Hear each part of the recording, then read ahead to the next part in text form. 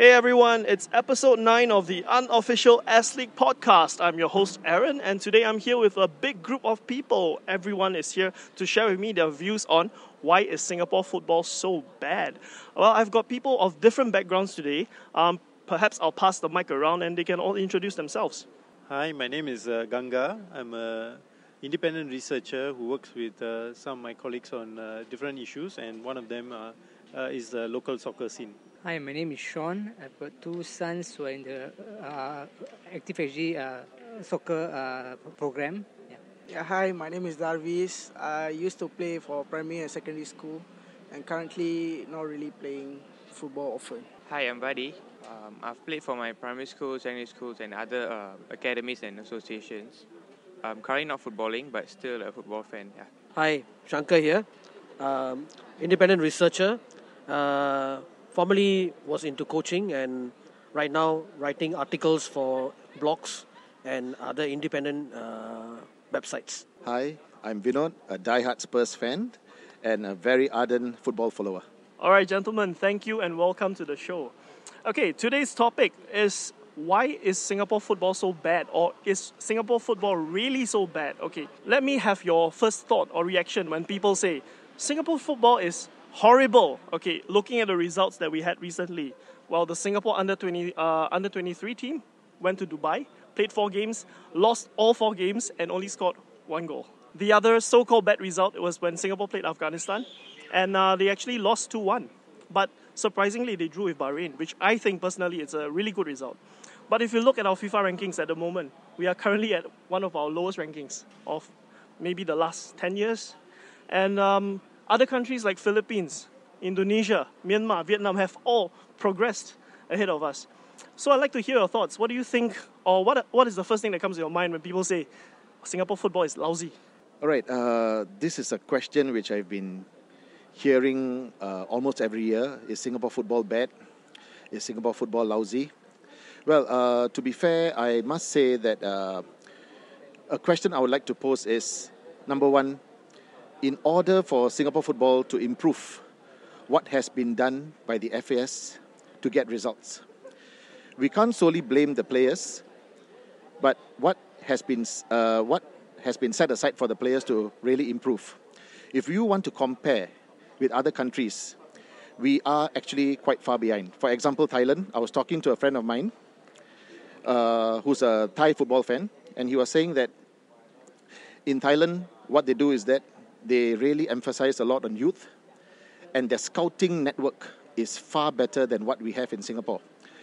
In Singapore, what we do is that we only focus on NFAs, COEs, and maybe some schools. But do you look at the talent that our country has in the void decks? And that's where the real talent actually lie. But are these people given the chance, given the opportunity? But in Thailand, what they do is that they even go to the villages. They pick people who are playing with sandals. But these people have got skill and they actually develop them. But is Singapore doing it? Are they reaching out far enough? That is my question to them. If you want to see results, you have to do something. This is Sean. I think the neighbours have improved as compared with us regressing. Mainly because we have a lot of focus on our studies.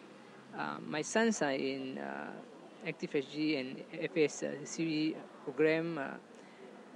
Sablon has come up with a lot of initiatives, and the response on the ground is the kids cannot commit to extra training solely because of tuition and PSLE results hanging over their head. So the boys can't do it. I mean, Sablon is going to implement one extra training on Tuesdays or Thursdays, and there were a lot of rejection because as it is, the boys are playing for football tournaments, and on top of that, they've got tuition and they've got exams coming up, so kind of tight. So parents are also thinking, am I going to send my sons for extra training or extra class? So our culture is not exactly very sporting oriented, I feel. It's more, exam based. So if we can take away PSLE, I think the parents will be more receptive to sending the boys to extra training. Hi. I personally think that as far as team sports is concerned, we are very much geared for a leisure climate where sports excellence is very much on a very leisurely basis. Because if you notice the kind of games the national team is playing over the last few years, it's basically regional rivals. Very little teams where the sparring of the matches will actually stretch us. All stopgap options where we play Myanmar, Cambodia at short notice. So I don't see how the development is going to go any further. On top of that, the fact remains that the clubs are also very hard pressed for funding, and the talent pool is so little in terms of what my fellow presenter actually Vinod said.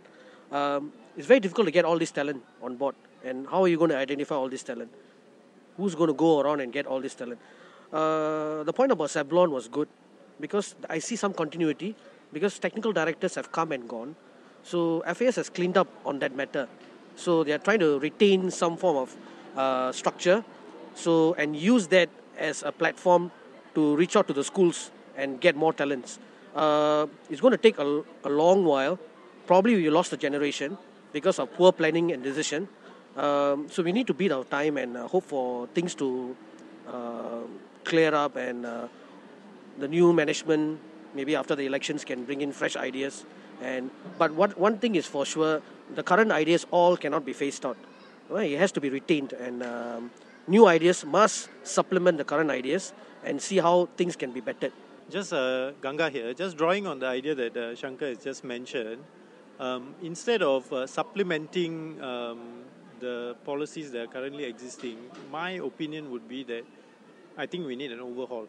I think we need to go back to the drawing board and build from the ground up again, possibly using many of the policies that are already in place, but we need to build from the ground up. The reason that I suggest this is because I think what we have done is that we have started from a bad position and we have continued to build from that bad position by trying to do patchwork.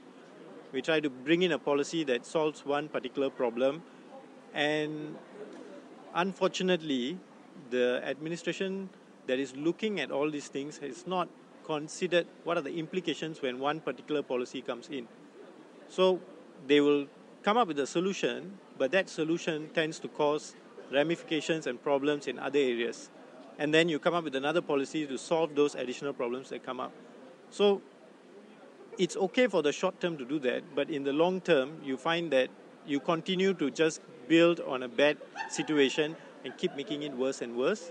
So my opinion would be to go back to the drawing board, start again. And like what Shankar says, one generation is going to suffer. The current generation, when you restart from scratch, the current generation will not be able to achieve anything, but future generations will then be able to go by leaps and bounds. So that would be my opinion. Yeah, hi, this is Darvis. So the question here is Singapore football is really bad, right? So if you are going to compare it with 10 years back, I would definitely say it's really bad lah. Because it might be due to poor leadership or lack of fundings. It goes either way. And there are other various areas where they can improve as well. And what I question them is that what are they doing to improve Singapore's football? That would be my question. Because I know Singapore's have been doing a lot of improvements in studies and other things as well. But when it comes to football, I don't really see a specific improvement or specific steps they are taking to improve the players and the way they play. Because what I would say is that they don't really have to just follow the way that they are doing it for the past 5 years. They can introduce new skills and new styles of playing, bring around the world to other areas and other styles of playing, how the other players are being trained, and they can introduce new ways so that they can definitely improve their football in Singapore. Hi, I'm Buddy. If you were to ask me that Singapore football is bad, I have to agree with some of them to a certain extent. Or rather, I'll say that they're not consistent because sometimes they perform well and sometimes they don't. So if you were to ask me how is this going to improve over time, I would say that the NFA and the FAS or whatsoever, they have to be willing to change the system that they have been following for the past couple of years. And in terms of funding, the coaching, like maybe, for example, they can think of bringing in UEFA certified coaches to train the players and to be exposed to a different style of play. And one thing I have, I mean, being a player, I've seen that coaches are more inclined to follow what they like rather than how the players are willing to play. So they should have a freedom of how they would like to play, the natural style of play instead of following a rigid system or rather say a style of play. And for example, you can I think it was just last year, Iceland went up to quarterfinals in the Euros, and their population is way lower than Singapore. I don't even think it's 1 million population. So as a Singaporean, I think I'm ashamed that Singapore can't even qualify for World Cup. So a lot of things had to change, and like what one of my fellow mentors said, they have to start from the fundamentals rather than doing small works here and there. And another thing I would like to say is they should be willing to fund a lot more than they are doing, because they've been funding a lot in other areas and other fields. So as a sport, they should be given a lot of importance to the players. And not just that, I've seen a lot of players, my friends itself, like they don't like how it works, the football system works in Singapore. They are really talented. You can see that over time they can really be improved, rather than the players who are already good at soccer, and then usually coach like to favor those who are already good at soccer and etc. So they don't see the players who are naturally striving to become a footballer. So they're not given enough opportunities and stuff. In a lot of favoritism, you can say, when it comes to football in Singapore. So a lot of things have to change. Yeah. Right. To add on to what everyone has said, besides going back to the basics, what I feel is that you really need to have a lot of investment in sending our players overseas. If you want our players to improve, you have to expose them to top-notch opposition. For example, the Prince of Johor, okay, from JDT, he has actually exposed many of his local footballers, giving them opportunities to play overseas. And that is why you can see the development levels between Singapore and Malaysia now. There is a gap already. And very soon, if we do not do something about this, even Philippines may even catch up with us. So something must be done. A lot of funding. There is always a starting point. It is not too late. We should look forward instead of what we have done in the past. And we should do something about this if we want Singapore football to flourish. The fact on funding, I would like to touch on that. Funding has to go to a lot of sports. In Singapore's context, if you look, if you want to get funding, you need to succeed. You need to show medals. You need to see trophies being won. So, like swimming, as an individual sport, is bringing in medals at Asian and Olympic levels. So they will want their funding to be raised. Then those SEA Games sports, which are primarily dominated by individual sports, and maybe netball for the matter, they will want funding as well. So football is really struggling for funding, because if you ask for more funding, it's never going to be made available because you don't show the results.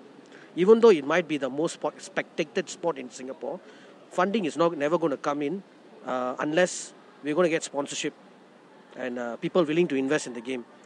That in itself is a big problem, because with all those investment, how is it going to translate to success? Okay, so these people are going to invest, who's going to sponsor. They need some concrete assurances that all this funding will bear fruit in the long run. So it's really a big question mark now, and I hope the election will draw good people, good administrators, good leaders, and who have the long-sightedness to look at recruiting the right kind of people at every level to work in the association and drive the association forward. Not only just having people there in office to just sign amendments and bills and papers. That's not going to be enough. Okay? You really need, even at the ground level, you need the proper administrator, okay, who has the passion for the game. Easier said than done, but it's possible because other sports have done it. So go back, recruit football people, okay, people who have a passion for the sport, and then see how things move. Okay, I think everything will fall into place. It's not only about having the leaders; you must have the right soldiers as well to lead the army. Okay, gentlemen, thank you for your views. So, as a football fan, or rather, as most football fans in Singapore would feel at the moment, one of the contributing factors to Singapore's poor performance in recent years or months would be the insufficient pool of players that we have. Okay, considering that Singapore has this setup whereby players go through the NFA and then they go into the under 17s, the under 18s, which play in the Prime League, by the way. Apart from all the different COEs, like Home U has its own COE, of course. So this setup actually leads to players going on to play for the Young Lions in the S.League. And eventually, Young Lions players are supposedly assured of a place in the national team. So it's quite a linear route, I would say, for these players. But if you look at neighboring countries like Malaysia, who used to have Harimau Muda, and today Harimau Muda ceased to exist. Okay, all the young players are decentralized back to their own clubs, and it's up to their own football associations to develop them. Of course, that may or may not work for us. It's still a question mark because we haven't tried it since 2003 when the Young Lions were formed. So, what do you think? Do you think that having this kind of system actually helps us? Or do you think that by decentralizing it and breaking up the NFA and sending players back to their own clubs to develop their own young players would actually contribute to a bigger pool of players, therefore giving us better opportunities, better players, or a larger pool for the coach to choose from, and increase our chances of success on the international stage? So what I think is, we're coming back here, this is an example of the patchwork approach to solving football issues in Singapore. So we want to develop a strong national team. So what do? We create from the start, from young, we create a band of players that can slowly come up the ranks and go up. But then we end up with other kinds of problems because our professional league suffers. Because young talent is not being blooded into the professional leagues. They are drawn in and they are kept in this one group of players. And they don't learn certain things that they can learn when they play with other peers, other players of other ages, for example. So this is meant to solve a certain problem, but it has ramifications in other areas. So if you are going to solve this by decentralizing, how are we going to do this? That is the question that the administration, the Football Association of Singapore, needs to understand before implementing, not look at it after implementing. Don't decentralize and then look at what happens and then come up with a solution for whatever problem that happens. So that is the element that's missing in our local football scene. When they solve problems, they don't look at what's going to happen next, but rather they just solve the problem and look at what other problems are being caused. So that is an issue that needs to be looked at first before we can decide whether we should continue with the Young Lions, whether we should decentralize. It's a bigger issue that needs to be considered first. This is Sean again. For me, I think the Young Lions, the group plays the Young Lions, since they are assured of the place in the national team, I feel they lack the hunger, the drive to drive themselves into the national team, because they sort of like assured a place in. They do not need to really fight out. So I find the standards have sort of like dropped. They don't seem like they want to fight it out in there, because it's just us. There's no one else to compete with. So in that sense, it's not so good. I feel it's better if we expose them to other boys and compete with everyone else. So at least they're more driven in that sense. I mean, they're a talented bunch, but I think the lack of drive is bringing them down. Right, to add on to what Sean has just mentioned, my question to FAS is, why only Young Lions? What about the other S.League clubs? Are you trying to tell me that there are no talented players in the other S.League clubs, let alone the NFL league? I have been to watch many NFL matches, and sorry to be blunt, I have to admit there are some NFL players who are much better, or maybe even on par with the S-League players. And to be even more blunt, there are some who are even better than our national players. So are these people given the opportunity? Are these people given the chance to at least attend a trial to represent the nation? I don't think so. The only focus is Young Lions. So after NFA under 18, after NFA under 16, they go on to Young Lions. What about all the players who have not been selected? I have seen many players even go on to represent Singapore in YOG. Example, Hanafi Akbar. Due to unforeseen circumstances, he has dwindled out of the game. Why? What happened to him? What was done to help him? And you have seen many other players who have come through the ranks. Jeffrey Lightfoot, what has happened to him? He's practically lost interest. So, my question, what has FAS done to look out for him? Did they do anything? Likewise, I'm pretty sure there are many other players in the NFA who have just gone unnoticed. And after some time, they will just lose the interest, and then the same problem starts. There is no talent in Singapore. We have got short of players. We do not have centre backs. We do not have right backs. We do not have left backs. So my question back to FAS is, what did you do to solve this problem? If you are just going to focus on Young Lions to get into our national team, and you're just going to ignore all the other clubs, then forever you will be with this problem of the lack of talent. That's what all my fellow presenters have said. I want to draw on the fact of patchwork. Why is there a development squad named the Young Lions? What are they competing for? What is their realistic target? The SEA Games. Okay? At the end of the day, the focus is the SEA Games. Because you have not won the goal, so you want to deliver the goal. Again, it comes back to achievement. So the realistic target is winning the SEA Games gold medal. So you keep the squad as under 22 squad, so that eventually they can be groomed together and then eventually participate in the SEA Games. After that, what do you get? Where do you want to go? Is the SEA Games the ultimate goal? What is the SEA Games goal going to deliver in the long run? Nothing. It's just regional pride. But are you looking beyond that? At one point in time in 2009, we beat Iraq 2-0. Okay? There was a lot of belief that things can kick on from then. What happened? Then eventually, years later, came the draw in Saitama against Japan. Again, a belief came about. Then what happened? Now we are at the end where we have drawn with Bahrain. So is there going to be another set of belief, and it's going to take another few years before we earn another much defensive work relied draw again against one of the big guns, and they're going to crow about it? So what's going to develop, and what's going to be developed beyond this? As my fellow presenters have mentioned, are you looking at talents beyond your under 22? Like England, for this matter, finally we have players from Burnley.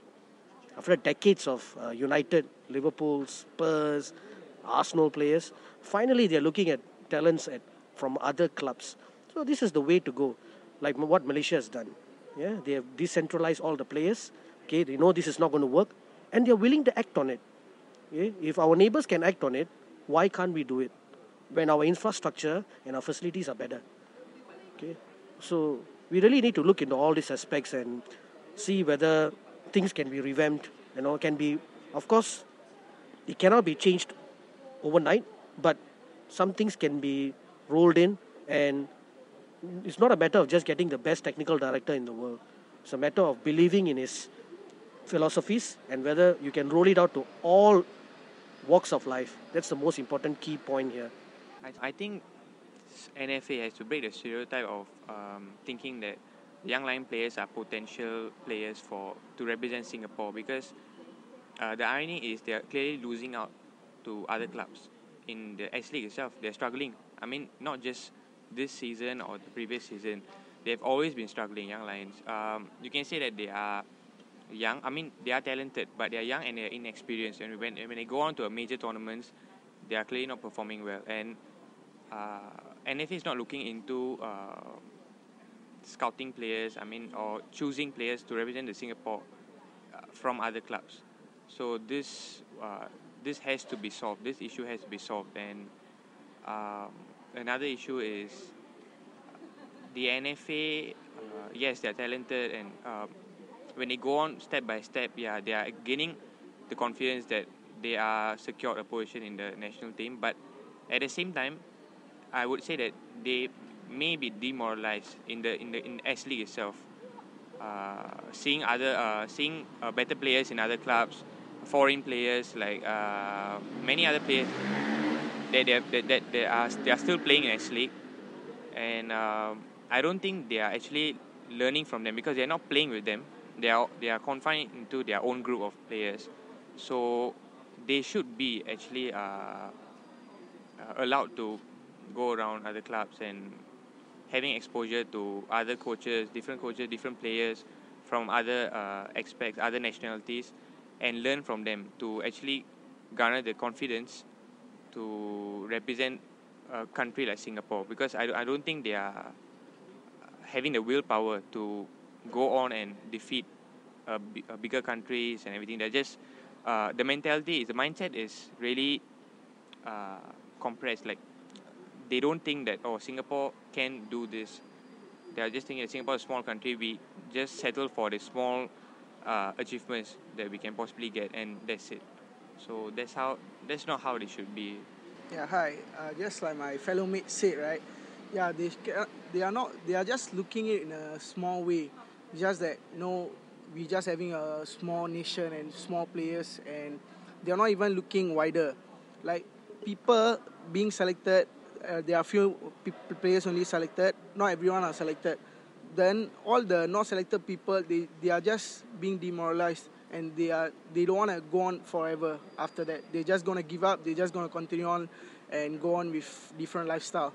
So what I feel is that they should be given a second chance, to somewhere else to show their talent, so that they can come up to play for S.League and for the nation as well, so that we will have a better player in our national team. So let's move on to the next segment that I have. Okay, this is actually, I had an extract from one of my friends, Cairo, who is a youth coach. And recently he posted something online which I read, and I felt his pain. Okay, and I mean, just to share with you what he said, everybody's complaining how bad the football is. And what he says is, coaches who have been involved in football in the last 15 and 20 years, did we actually look ourselves in the mirror and tell it to ourselves that we had a part to play for it? Cancelling training sessions, poor effort in coaching, playing matches instead of training, favouring players, which Vadi, I think you would agree, favouring players over others, no preparation of training programs, coming late for sessions, coaches not educating themselves further to be better coaches. So he's saying, don't blame the administrators, or don't solely point the fingers at the administrators. The coaches are at fault as well. So for those of you who are involved in some form of coaching or training youth players, what do you feel about his comments? Do you agree or disagree with him? I think for FAS JCO is concerned, I don't think it applies, because I see the coaches coming in for training very early, before even the players arrive, and I see them week in, week out. Very admire those coaches. Very I don't see any problems with the FAS JCO program. Even the ActiveSG, I see the coaches are very committed to training the boys, the young kids. Yeah, so I maybe in the past there might have been, or maybe in the private sector, private academies, I've seen one or two which is not so much for the passion, more for just pastime to earn money. The private academies I've seen it before, but in the national academies, the FASG and ActiveSG, I've not seen it so far. I think you can't blame all the coaches for the growth being really slow or whatsoever, because for myself, I've seen many coaches who have been committed, and they are open to come up with new things, to teach us new things. And some of them have been, one of my coaches have been honest, and he has told me that even he learns from us, like, over time, he learns from the players, like, new things. And he actually wouldn't mind sharing and teaching the entire team, like, how it works, and so on and so forth. So as a player, I think we should do our part too, not just the coaches, because when the coach comes with a new thing, we have to do the utmost level to the utmost level. If not, we're not going to gain any improvement, or the effect is not going to be there. If the coach is just going to be doing what he's doing, and we're not doing what we have to do in return. So yeah, to a certain extent, I'll agree. That's it. With regards to coaching, coaching is a business which is not really that lucrative in Singapore. So quite a number of them are part-time coaches. So the scope for growth is very limited. So there's no motivation. So for private academies, if they are able to engage regular coaches, of course the regular coaches will shine. So for all these part-time coaches who come on board, I think they're lacking motivation. Not for the fact that they're not willing to learn, but the scope is very limited. So of course there are courses by FAS, some private academies and all that. But eventually when you put it to practice, how many full-time regular coaches do you have? Even in schools, when school teams are being coached, I've seen contrasting ideas where there's a regular coach coaching the team, but then when it comes to the games, the head coach he interferes, he intervenes, and then games are lost, and there's confusion reigns and all that.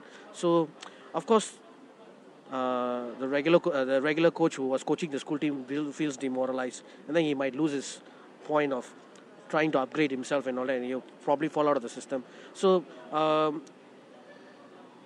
he's right in one way, saying that the coaches have to have a good look at themselves, but it also depends on whether you're talking about full-time coaches or part-time coaches. You're not going to get the same form of quality from all of them. So you have to be realistic as well. So at the end of the day, if you're going to pay $30 a session for 2 hours, I think a teacher coach will rather go and give tuition rather than going for a session and put 2 hours on the field under the hot sun, or sweat it out, and then you get $30. I think for 2 hours you can earn even double or triple the amount.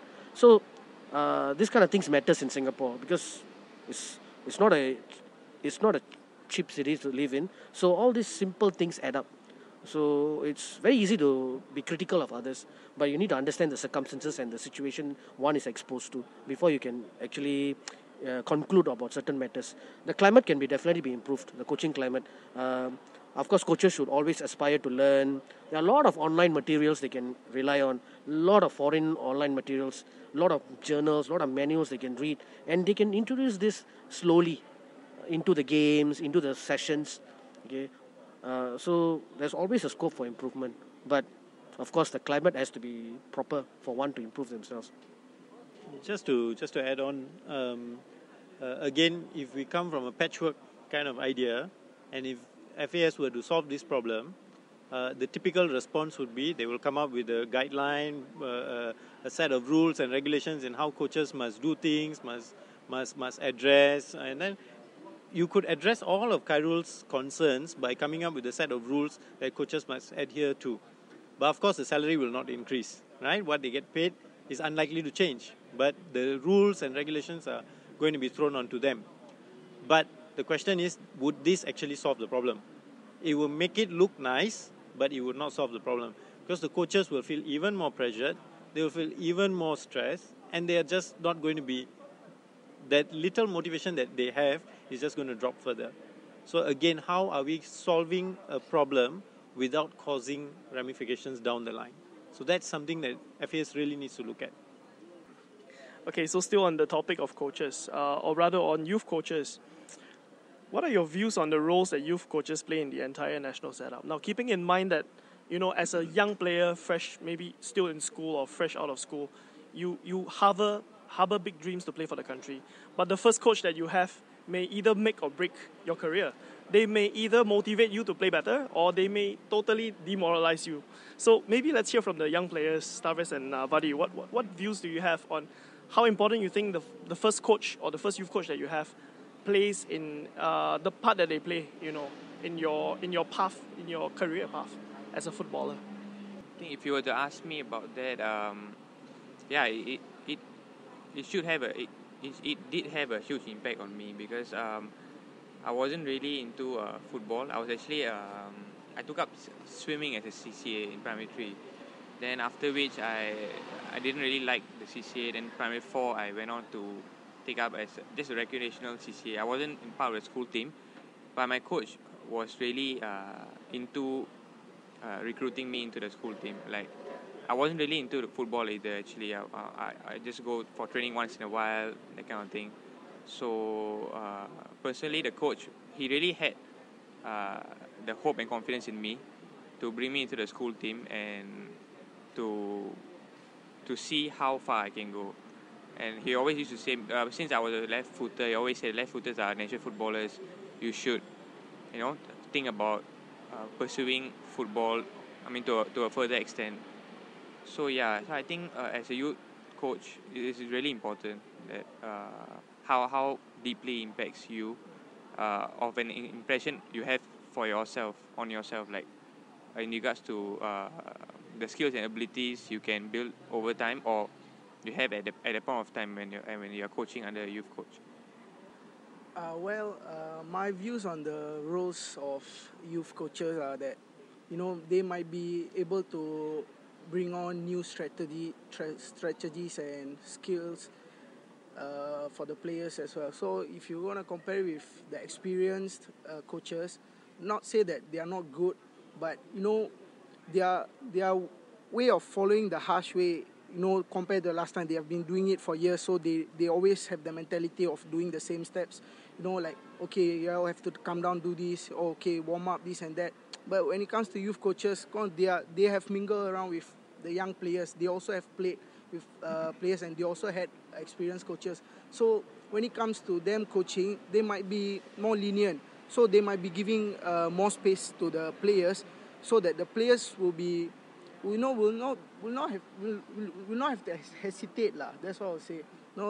Some players, even they have skills, even they have some new skills, this and that to bring on, but when they see the coaches, they will be like, oh, it's okay, I don't want to bring it out because I scared he might score. But when it comes to youth coaches, he might be more confident. Oh, why not we try it? Maybe he might be able to understand that, and if like it, other players are going to learn from that as well. So youth coaches, if they're going to come on, it's going to be a big bring up to Singapore national team. Hi, just to add on. Okay, I believe that for youth coaches, besides imparting the skills and knowledge of the game, a very important aspect that they should also bring out is character building. I believe that many of these coaches, they can really have an impact on the younger players, talking to them about their own experience, what they went through as a player, all the problems they had.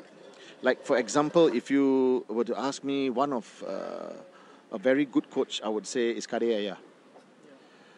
If I've been to one of his games where he was in charge of SGI, by just looking at him talking to the players, you could see the players their eyes are just glued on him. They are focused and they really look up to him.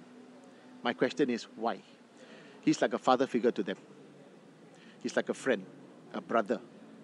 When a coach is like that to the players, what they will do on the field, they will die for you. They will play with the hearts on their sleeves. Now, how many coaches are like that these days? Of course, it is not fair for me to compare. But this is what I feel that all coaches no matter how amateur they are, they should actually learn. They should actually thrive to be like Kadeyaya. In fact, if you ask me, I really feel one day he will actually come into the national team setup because he will do wonders. And I believe he's the right person to even maybe hit FAS. But I'm not sure whether he will actually take it up. But I really hope, and that is one of my dreams. Jeffrey Lightfoot played for Kadeyaya, right? That's why both of them are not with FAS. I think one of the factors that we have to consider when we're talking about youth coaches is the fact that our talent pool in Singapore is very mixed. Not everyone goes through the same sort of experiences. So we could have kids who have been playing, as I think Vinod was mentioning, playing under the block. And the whole life they've been playing under the block. They haven't played for their school team. They haven't really explored a professional way of approaching football. They could have been just playing, happily. And they may be very talented.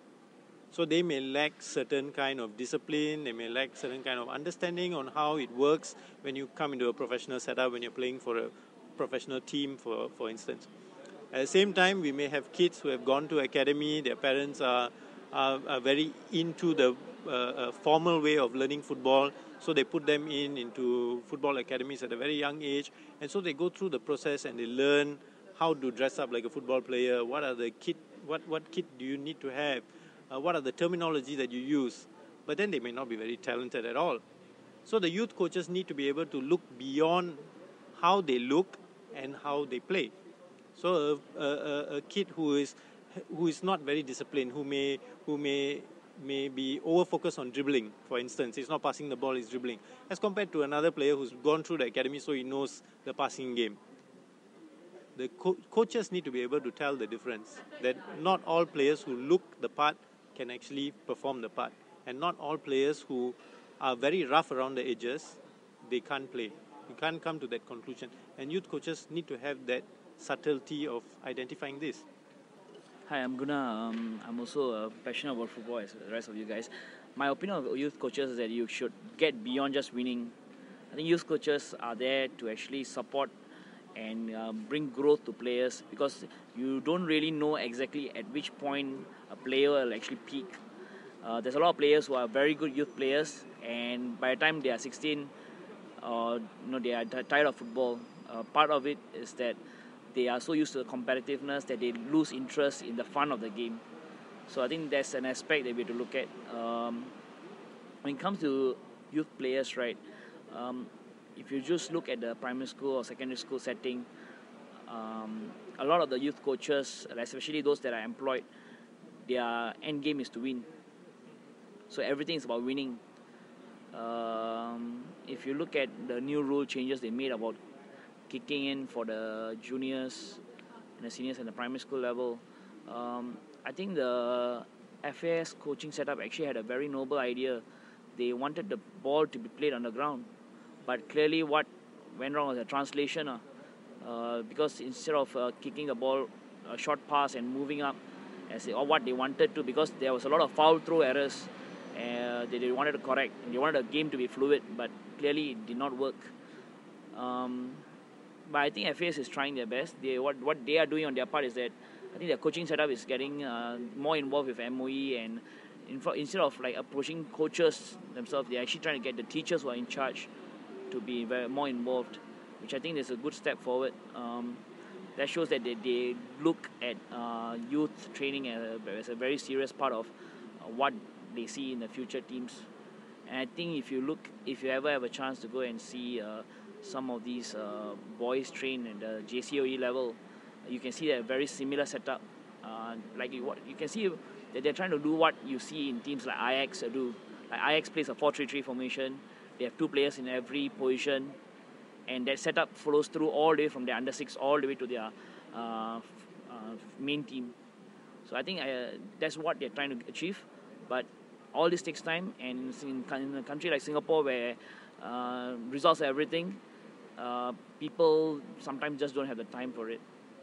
Alright, so still on the topic of youth players, as we all agree, there are several talented players that may not have been selected or even overlooked because of the current system. So I actually have a question for the young players that we have. As a youth player, how difficult is it, or what do you feel? Is it very difficult to break into the national setup with the current system as it is? And what do you think can be done by the FA to help young talented players achieve their dreams of playing for the national team? Yeah, but the first thing is that many players, many youth players, they don't even know how to get into a national team. That will be the first thing. Because, there are organizations where they organize games, trainings, this and that for the young players. There are organizations where they train them, from under 15 to under 18 to under 21. Then they train them. But halfway the players are lost, and after their program has ended, once the under 21 is done, they are older or what, but they don't know where to go from there. They just pause down there, then they will be like looking what to do. They are not guided properly. That's what we're saying. So the way people are selected to national team now should change basically. So it's not only following NFA or going through Young Lions.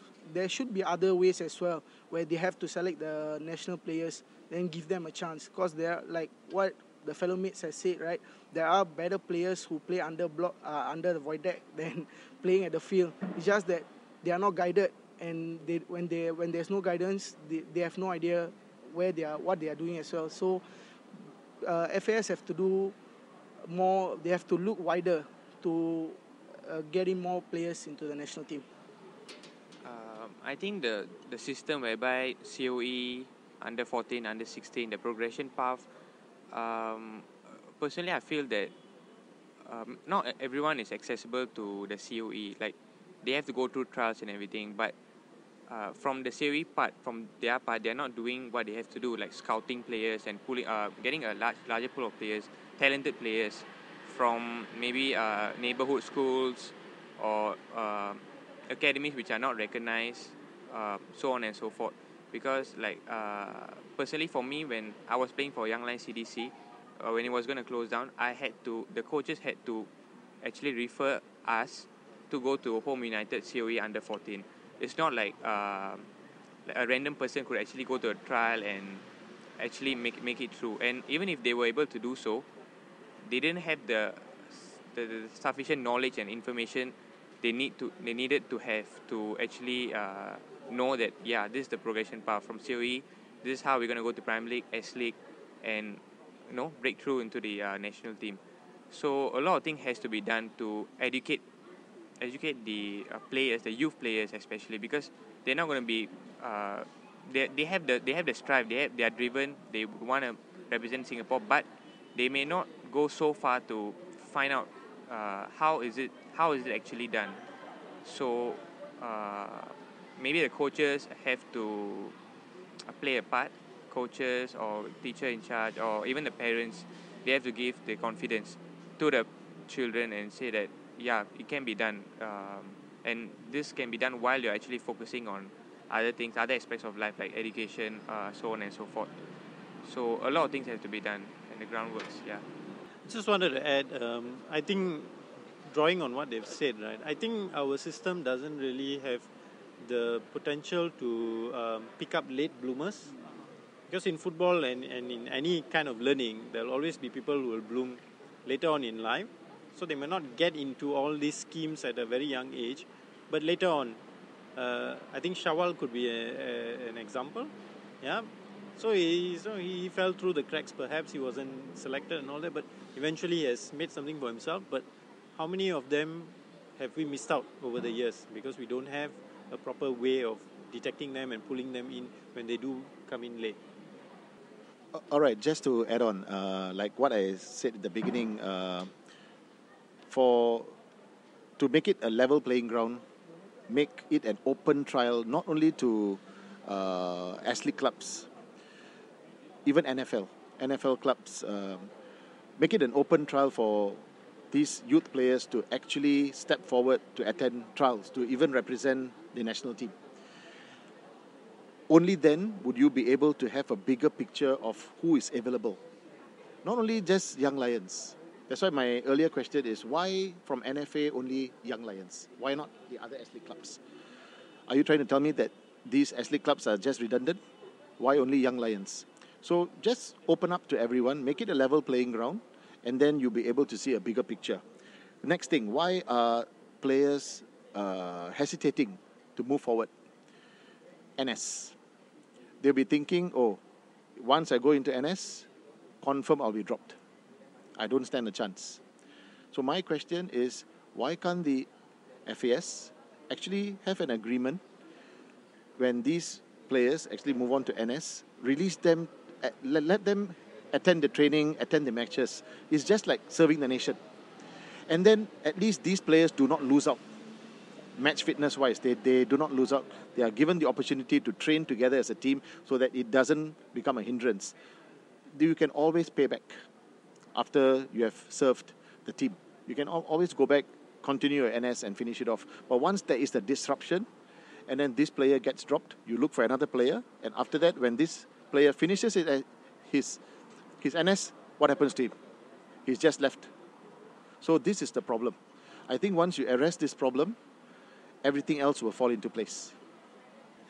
Okay, and the next question is probably something that I've been asking a lot of people that come on my show.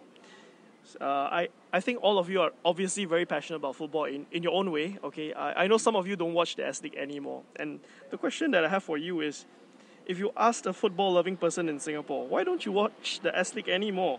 What are the most likeliest reason or reasons they may give? Right, I feel that the S-League has lost its appeal. Okay, foreigners aside, number one, for any league to succeed, you must have quality foreign signings. Secondly, you must do something to pull in the crowds. Merchandise also aside, you have to do something to pull in the crowds. Now, I actually lost interest because looking at all the players, I've seen many promising players playing for the S-League. But I see the same group of players in the national setup. But you see all this talent coming through. Year in, year out, you see a lot of promising players. But I never saw them getting into the national team. And for a person who has been playing football and who has been watching football for 20 over years, I can tell whether that person is able to play for the national team. But this player, he just carries on playing for the S-League. He just goes unnoticed. But the same group of players are there playing for the national team.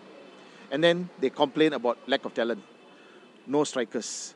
No natural finishers. But you actually see all these natural finishers in the S-League. Why aren't they given a shot? So what is FAS doing actually? So I just lost interest. Because it's the same old story, year in, year out. And then after that, you will see one headlines, one club closing down. Lack of sponsors. And then goes back to square one. One sponsor will come in, and then budget cut. And then players are left in limbo. No contracts. Year in, year out, same story. Let me tell you, this problem will still carry on if nothing is being done at the top level. I do not wish to elaborate further. There must be a whole overhaul, whole revamp.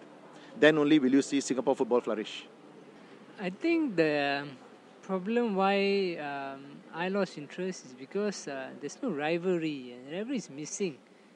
I mean, if you are in Tampines and then you want to watch a Tampines match, it's in what, Jurong East, something, yeah, Jurong West, yeah. I mean, so who watches Tampines now? Jurong fans. So it's a bit mixed up, So I think if we have if every community were to watch their own community team, I think we can start off from. I think that's how England started.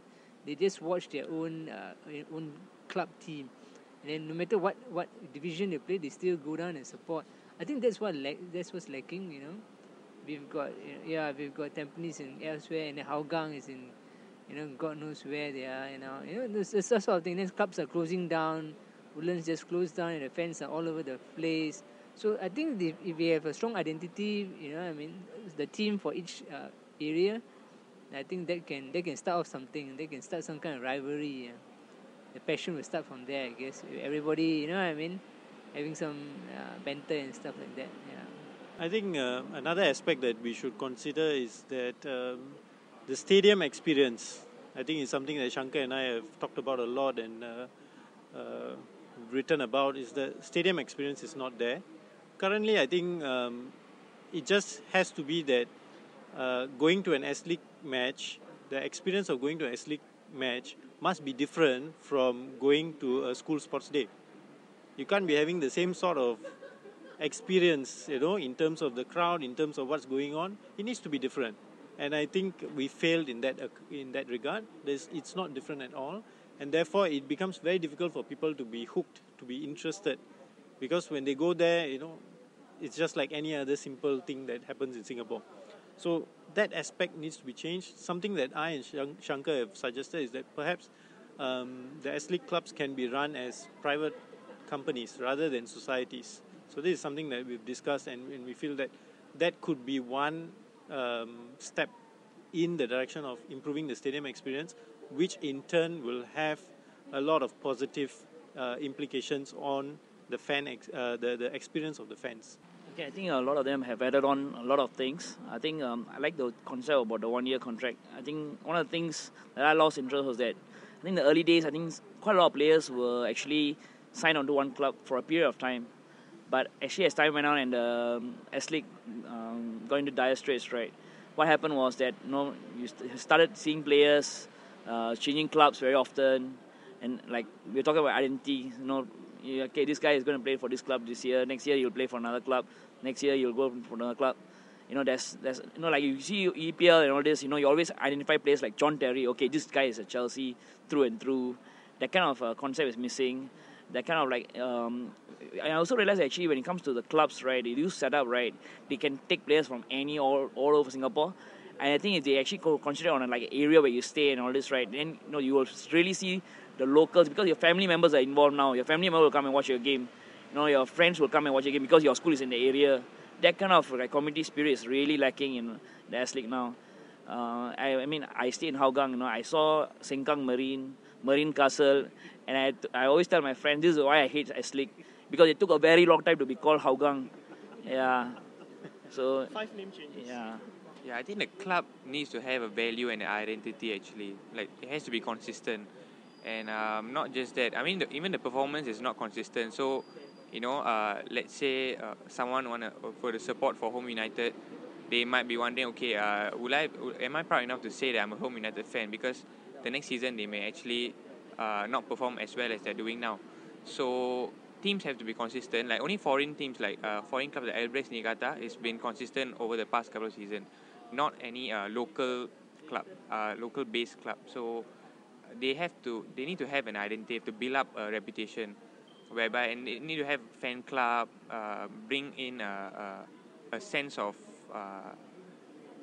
a closeness to the club, and that's how it will actually build up to have a huge fan base, and it may actually lead to a greater motivation for the teams to perform well in S-League, and so on and so forth.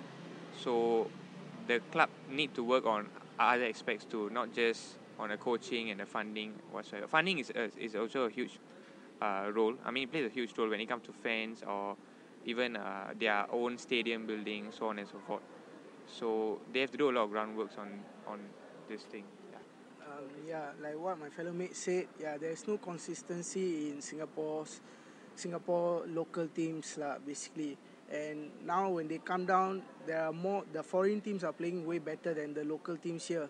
So when we went down to watch a match with my friend, there was more foreign locals supporting the foreign teams than supporting the local teams. Now I myself was wondering, these young lions down there, but no one supporting, because they are not bringing that fight where fans really want to be there with them to support it. They are like easily giving up. So the fans are also giving up lah. They are not going to support them anymore. So that's how the Singapore football has been going so far. Like you compare it with EPL and other major leagues, right? Yeah, they are, no matter what, everyone live in that place. They support their club because they have the consistency. Even though they win or lose, they have their teamwork. they fight together, they win or they lose together. But for Singapore teams, local teams, we have not seen that consistency lah. So if they can improve on that field, then probably we can expect more fans in the stadium. I think all of you here should not be complaining so much. S.League tickets have not increased despite inflation in Singapore. You should be happy. And another fact remains that when you go to a stadium, you are very much assured of getting free tickets. Yeah. Do you go to movie theatre? Do you get free tickets? You should be happy. You should celebrate. Okay, jokes aside. Okay. Of course, as Ganga mentioned just now, one of the fellow presenters, because he said that the match day experience, absolutely nothing. You go and sit on concrete steps, like when students do on sports day. You're resting your back against concrete steps, and then it's like that for years because the clubs have no link with the stadium except on match days. So except when apart from training days, so the money, whatever money they're getting, whatever funding they're getting, the club is not able to invest in players, invest in any form of spectatorship, engagement. Okay, merchandising is absolutely nothing. It's not bringing in anything at all. Okay, but you have 10 or 20 fans buying jerseys, and you need Singaporeans are already very so stressed. You want them to come and watch a S.League match, you must give them the experience. Why do you go to movie theatres? Because of the experience. If you give them concrete terraces steps, do you think people want to go and watch a movie? You can screen it for free. I don't think so many will turn up. Because you get the comfort.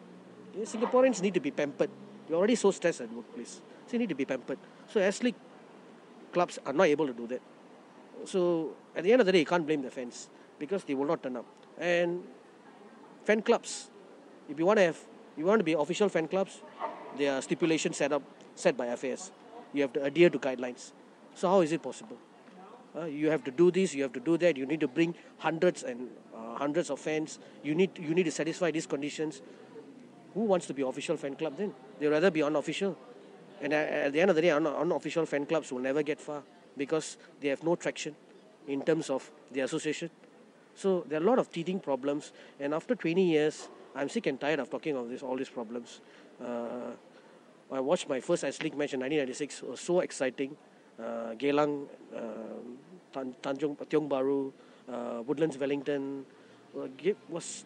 We played at the old Kallang Stadium. 10, 20,000, 30,000 fans came to watch the match.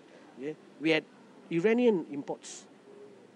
So right now, we are getting Argentine imports, but they are earning lesser than our local players.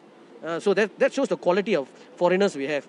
I mean, we can't even compare with Myanmar or Vietnam or even Thailand for that matter. I mean, we don't have quality players. Foreign players going to Hong Kong to play, they get $20,000. How much do our S.League foreign players get? Some of them are earning poorer than local players, especially the ex-Lions Shaw players. I heard they are on better contracts.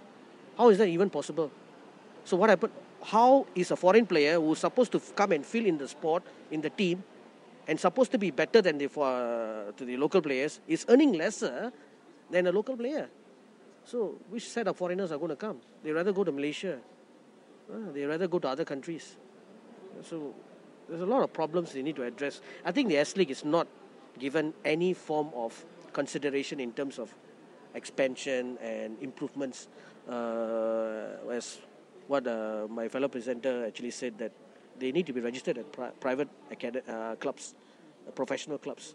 It's professional in the sense that it brings in money in terms of betting. That's about it. So, at the end of the day, money, you want money to come in, but you don't want to invest back into the game. This league will never improve. And of course, people will always tune into EPL because it satisfies whatever they want in a club. Okay, so adding on to the points that was mentioned today, creation of rivalries, having a sense of identity or belonging with the clubs. Let's focus on what FAS has done over the last few years.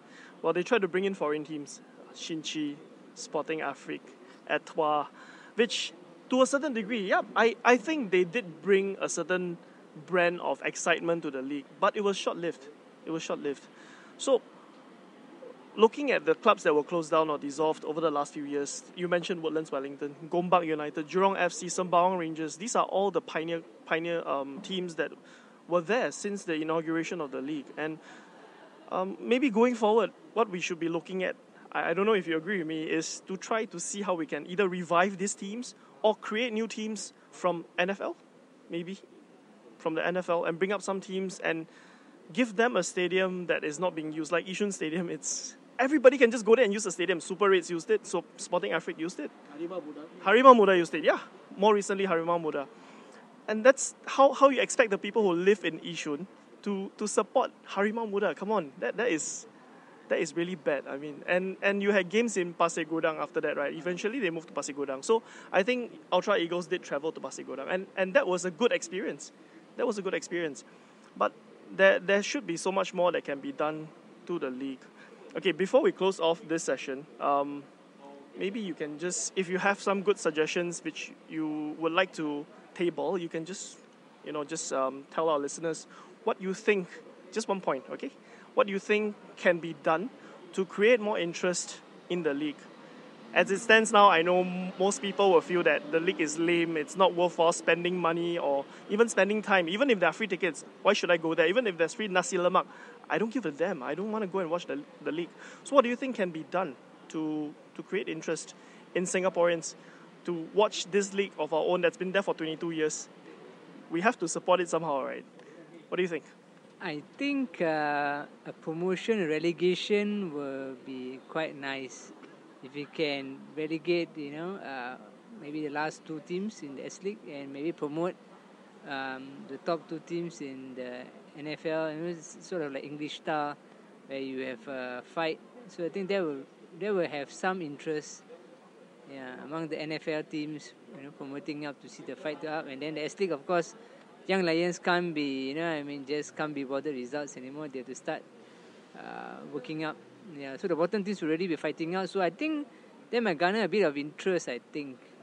So I think the S-League toyed with the idea of having halftime entertainment and all these things, right? So yeah, so it became a joke because I feel that not enough thought was put into it.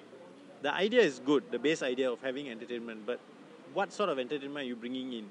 That was not considered. Again, the way that we address problems. Just, we need to fill up the time, we put in something, and then, yeah. So, it's not a solution. So, my suggestion would be to have entertainment that is meaningful. So, perhaps get in our school kids. Come, have a juggling tournament. Just have a simple juggling tournament. A few kids come in from the schools. It's like each school sends a representative, their best boy who can juggle the ball. Do a halftime entertainment like that. The fans will actually be more interested because it's connected to what they are there for, football. So have halftime entertainment and this will again enhance the stadium experience. So it kind of ties in. So it needs to be comprehensive in that way. Yeah, bringing foreign teams was one thing, but I would really suggest that, not all the areas in Singapore, but could say the main areas in Singapore, they could form a club over there and bring in players and held a match around that area, the stadium, so that people who live around there, they want to go down because it's nearby, and the team name also is around the same to their area, so they will feel like they are part of the team as well. Because if, example, for Tampines means if they live around Tampines, if Tampines Rovers is Tampines, the place they are living, the name is there. So they will feel like, that's where we are staying. So we want to go down and see how our players are playing. So that's how I think people will come down to see the matches as well. And if bringing that out will definitely improve the Singapore S.League. I think Singaporeans should stop seeing S.League as a betting platform. And I mean, if you think about it, S.League is already sponsored by Singapore Pools. Yeah, so we have to consider all of these, and we need to see the team as a team and support them and appreciate the effort they have been putting, and also the clubs should actually put in effort in finding sponsors who are actually willing to go further, like sponsor a lot more than the current sponsors are doing, to cater to all the club needs, the stadium needs, the team, dressing room, so on and so forth. The experience that they're getting all over the stadiums, not just in Jalan Besar, just because it belongs to Coach Young Lions. I mean, so they should do a lot of changes in regards to this. Yeah, thank you. I still believe that the privatization of clubs will really add value, because right now I think the stadiums are leased, if I'm not wrong. I think the stadiums should belong to the clubs. Then you'll see greater ownership. The effort to actually make things better will be there. I think right now a lot of clubs, not all of them, but many of them don't really take ownership of the place that they are staying at. So they don't need to. Talking about relegation, right? I think there's also a problem with the relegation system, because NFL clubs, if they come up, because they don't have the same budget that they had, when they come up, they're not really going to be able to fight.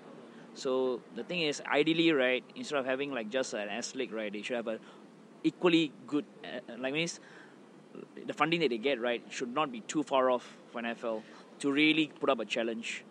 Alternatively, to make it more exciting, they can have like a relegation playoff, which would be really, add value. Then the clubs are really to be desperate to play well.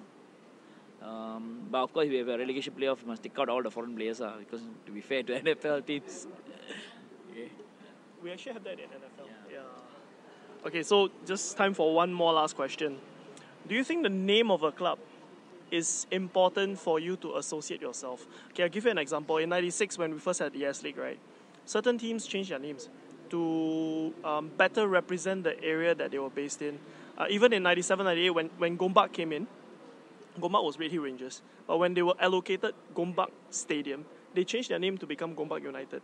Wellington FC was supposedly Wellington Road, somewhere in Sembawang, but when they shifted to Woodlands, they were called Woodlands Wellington. Now, these are just some examples. Do you think it's important? Okay, taking into consideration right now, Warriors is no longer owned by SAF, but they're still based in Choa Chu Kang. So would it be better if, let's say, we call them, I don't know, UT Rangers or Choa Chu Kang FC or something like that? Or do you think that name has nothing to do with the association with the club? Right. I grew up in Farrer Park, and I saw two teams flourish over there, Farrer Park United and Farrer Park Dynamos. Of course, the two clubs are now defunct. Now, I was a little boy at the time, and there was a lot of rivalry. When Farrer Park United is playing against some other teams, if Farrer Park Dynamos will actually support Farrer Park United, although they were two separate teams.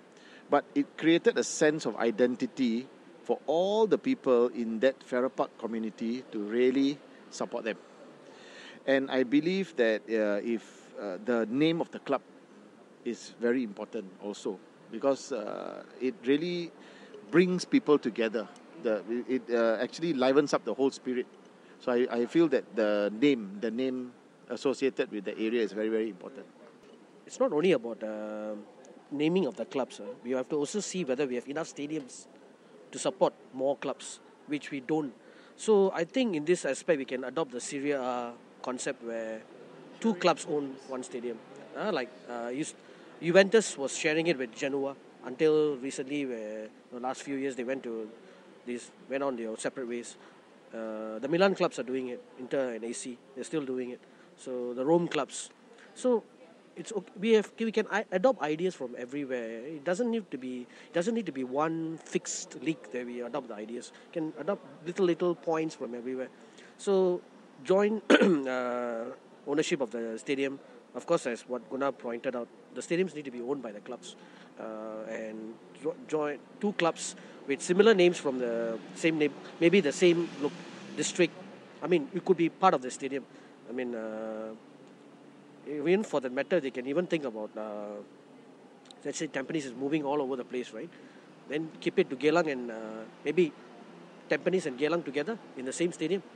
They are both based in the east. Then you have eastern rivalry, because Geylang fans will always mock the Tampines fans. Keep saying that you talk about eastern rivalry, but you are based in the west. Yeah. So I don't know how is it going to be eastern rivalry, you know? So and then stadiums like Yishun used to be Sembawang Rangers.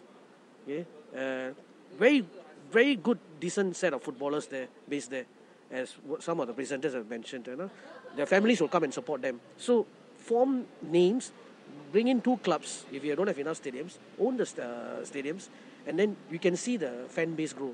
At least you have 2 sets of club supporters at one match instead of 1 set of supporters, and and the travelling support, of course, is not going to really swell up the numbers. Okay, so you can look into this idea. This is a small factor, but can be adopted. I think it's important to recognize that the entire infrastructure is an ecosystem. So from the administration to the clubs, they must respect this idea of ownership. So when you name a club Woodlands or Wellington, then everyone needs to take it very seriously that they are named as such because they are located in a place. And if you're going to change the place, then a lot of thought has to be given as to why you're doing it, why it has to be done, and what happens next. So, for example, for the Tampines case, it seems very arbitrary. They couldn't get the stadium, so they just chucked them in another stadium, and then the whole club moved to another. That was an extreme case because one end to the other end, and it just turned the fans all upside down. They did not know. Those in the West didn't know whether to support the club, and those in the East don't know how to support the club, right? So they end up, the club is fanless because both sides are confused. So such things should not happen, and it would not happen if there was such serious thought put into it. So from the S.League management to the club management, everyone should hold on to this value that we are Tampines Rovers, we are based in Tampines, therefore we are going to be in Tampines. So if you're going to move, we'll find a way to stay in Tampines.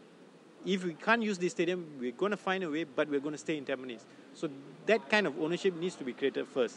And we have failed to do that. That's why the name keeps changing. And like what Vinod said, there's no way the boys from Farrer Park are going anywhere else, right? Because they're going to play in that field, nowhere else. And therefore they are rooted. So no matter what happens, they are going to be called Farrer Park and they are going to be at Farrer Park. So that gives that ownership, you see? So that's something that we need to look at first. Okay, gentlemen, thank you so much for your views. I'm sure someone or somewhere, someone is listening in FAS because recently they are on their toes because of the elections.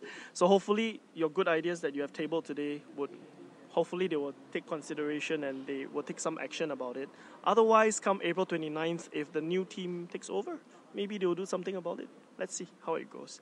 All right, thank you so much for your time. Hope to see you guys soon again for more meaningful football discussions here on the Unofficial S.League podcast. Thank you very much. Thanks.